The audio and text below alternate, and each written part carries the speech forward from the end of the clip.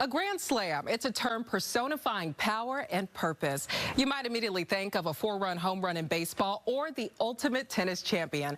But then there's the Explorers Grand Slam, climbing the 7 summits and reaching the North and South Poles. You're about to meet one of 73 people on record to complete the daring journey, a woman who started training in her 30s. And she's here with us now in studio. Lei Wong, thank you so much for joining us. So people joke about quitting their job and climbing Mount Everest, but you actually did this and you started training in your 30s. Yes, when I started, like everyone else, I literally said, I have a daydream. I didn't say I have a goal. Now, you said Aconcagua, which is the highest point in South America, was your first real challenge. Take me back to that time and what made it so challenging. Especially after the first trip, I came back. One of my friends heard about how I was totally defeated on my first attempt. And one day showed up, said, hey, Lei, I have a gift for you. So, oh, wow, what's it?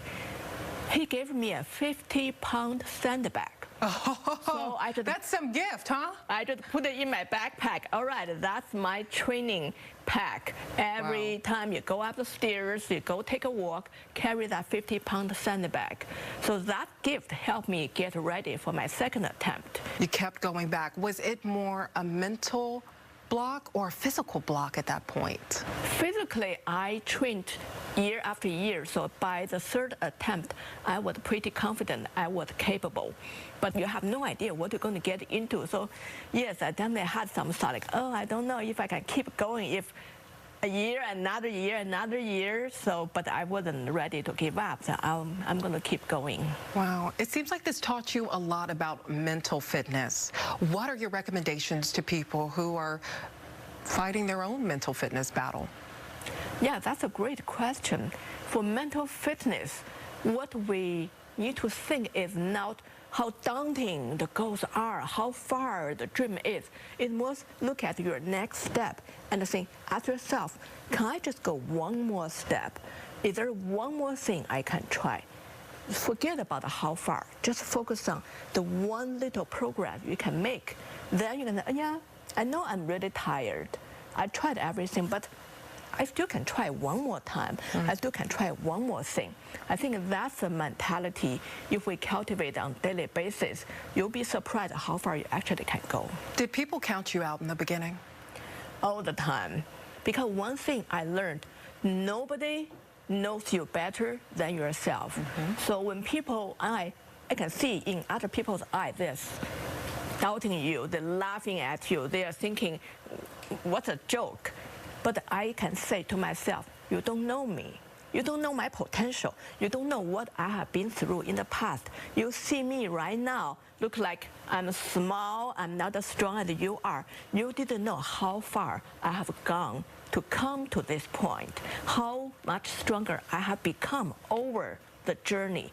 So I know how far I can go. I have a lot of potential you don't know. So I'm going to show you. And then you made it to Everest. Talk about that journey. I think everyone wants to hear about you summiting Everest. Well, the first day when I set my foot on my journey toward the base camp on Everest, that was my happiest moment on that whole journey, because that time I couldn't believe it. I'm really heading towards base camp. I'm really going to Everest. So this is no longer just a daydream. It's really so close. And that time I told myself, doesn't matter what the outcome of this climb. This is a big success, because when I started my daydream, I never thought I would have come this far. I never thought one day I would actually really, literally on my journey towards Everest. So the expedition took over 2 months.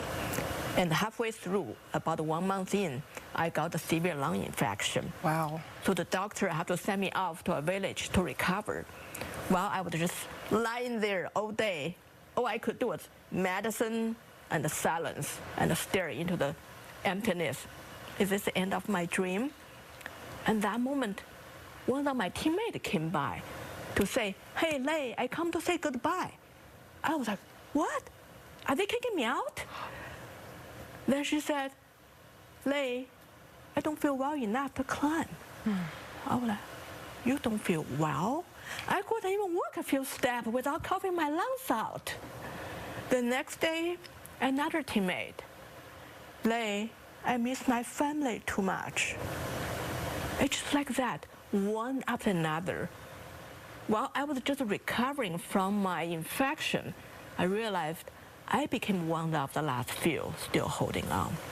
So that time I realized the hardest part about climbing this mountain is not the physical, not dealing with the fear, exhaustion.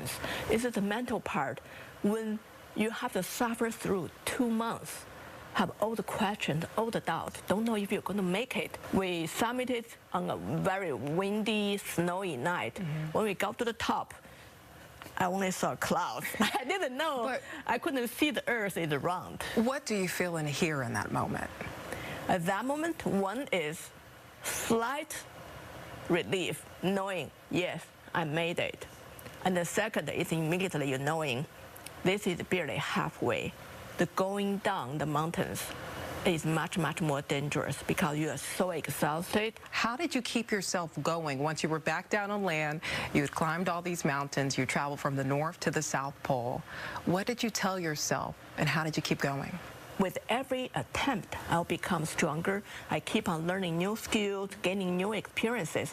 Then I know one day I will be good enough. Even though that word, sometimes people think is a negative word, but sometimes it's a journey to become good enough, not in other people's term, it's in your own term, knowing I made it this far. I know how much progress I made, and I know how far I can go.